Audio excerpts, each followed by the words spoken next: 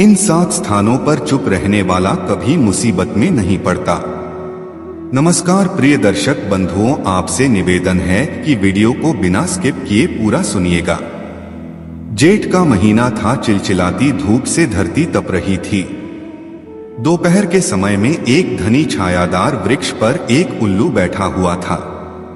वहीं से एक हंस गुजर रहा था। हंस ने देखा कि जंगल के इस एकांत स्थान पर घनी छायादार एक वृक्ष खड़ा है। क्यों न इस पर बैठकर थोड़ी देर विश्राम कर लिया जाए। यही सोचकर हंस भी विश्राम के लिए उस वृक्ष पर उतर गया। पहले से उस पर एक उल्लू बैठा हुआ था। उल्लू को देखकर हंस बोला, अरे भैया, बड़ी भयंकर गर्मी पड़ रही है। लगता है सूर्य आज प्रचंड रूप से चमक रहे हैं। हंस की बात सुनकर उल्लू से रहा नहीं गया। उल्लू कहने लगा, सूर्य कैसा? सूर्य इस समय गर्मी पड़ रही है, ये तो बात ठीक है, पर ये तो अंधकार के कारण पड़ रही है। मुझे लगता है आपको ये मूर्ख मालूम पड़ते हैं। हंस बोला, उल्लू भैया, मैं मूर्ख नहीं बल्कि सत्य कह रहा हूं। सूर्य आकाश में रहता है और उसके उष्ण होने पर गर्मी की अधिकता बढ़ जाती है। सूर्य का प्रकाश सारे संसार में फैलता है। सूर्य के प्रकाश से ही दिन निकलता है। सूर्य के प्रकाश से ही गर्मी पड़ती है।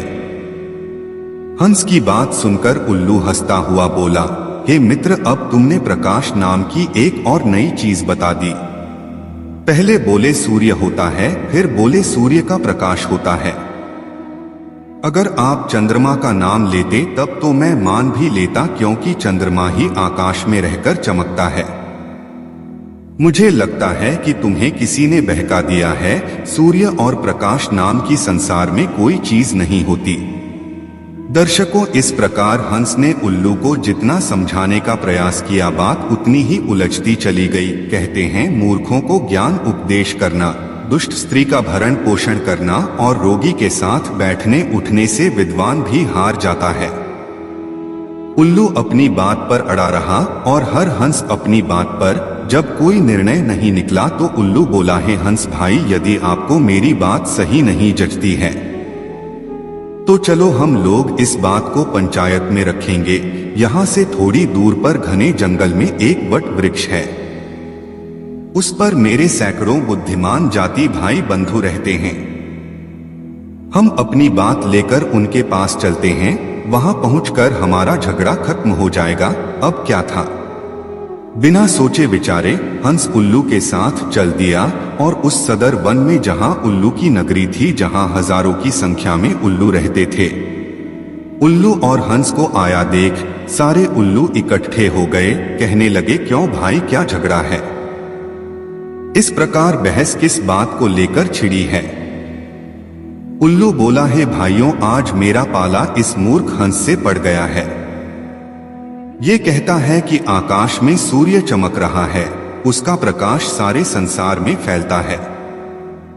वो प्रकाश बहुत उष्ण होता है, जिसके कारण गर्मी पड़ती है। उल्लू की बात सुनते ही सारे उल्लू एकदम से हंस पड़े। कहने लगे, क्या वाहियात बात करते हो?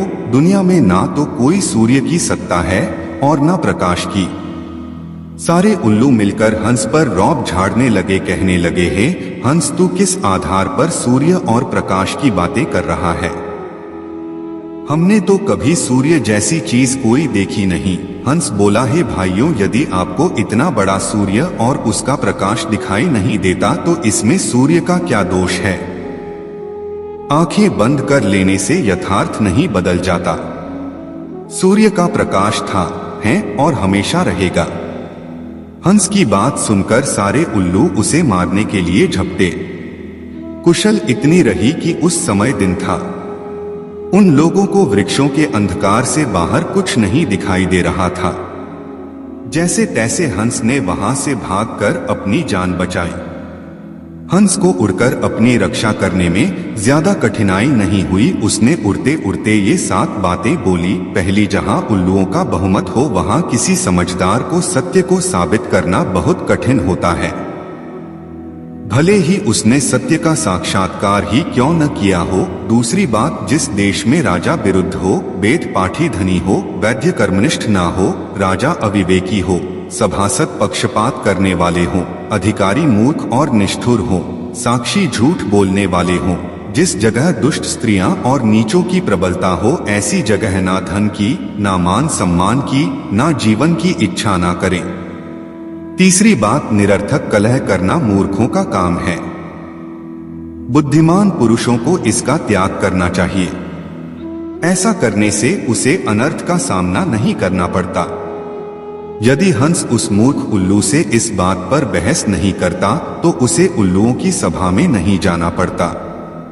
चौथी बात, मूर्ख मनुष्य धन, बुद्धि, विद्या से संपन्न सम्माननीय लोगों का अनादर करने में पीछे नहीं रहता। पांचवी बात, दुष्ट और मूर्ख पुरुषों का स्वभाव मेघ के समान चंचल होता है।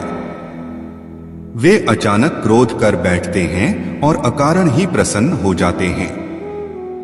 छठवीं बात, विद्वान लोग कहते हैं बोलने से ना बोलना अच्छा है। यदि बोलना ही पड़े तो सत्य बात बोलनी चाहिए, ये वाणी की दूसरी विशेषता है। यदि सत्य क्रोध में बोलने के बजाय प्रिय बोला जाए तो तीसरी विशेषता है, और यदि वह धर्म सम्मत बोला जाए तो बोली की चौथी विशेषता है। पर याद रखना, जहां मूर्खों का, दुष्टों का बहुमत अधिक हो, वहां सख्त बोलना भी विपत्ति का कारण बन जाता है। इसलिए चुप रहना ही श्रेष्ठ है। मूर्ख व्यक्ति के साथ अधिक समय तक बहस करने से क्रोध की उत्पत्ति होती है। दर्शकों, आपको ये वीडियो कैसी लगी अपनी राय कमेंट में जरूर दीजिएगा। और अगर आपको यह वीडियो पसंद आई है तो आप हमारे वीडियो को एक लाइक अवश्य करिएगा और चैनल को सब्सक्राइब कर लीजिएगा। मिलते हैं नेक्स्ट वीडियो में। आपका बहुत बहुत धन्यवाद।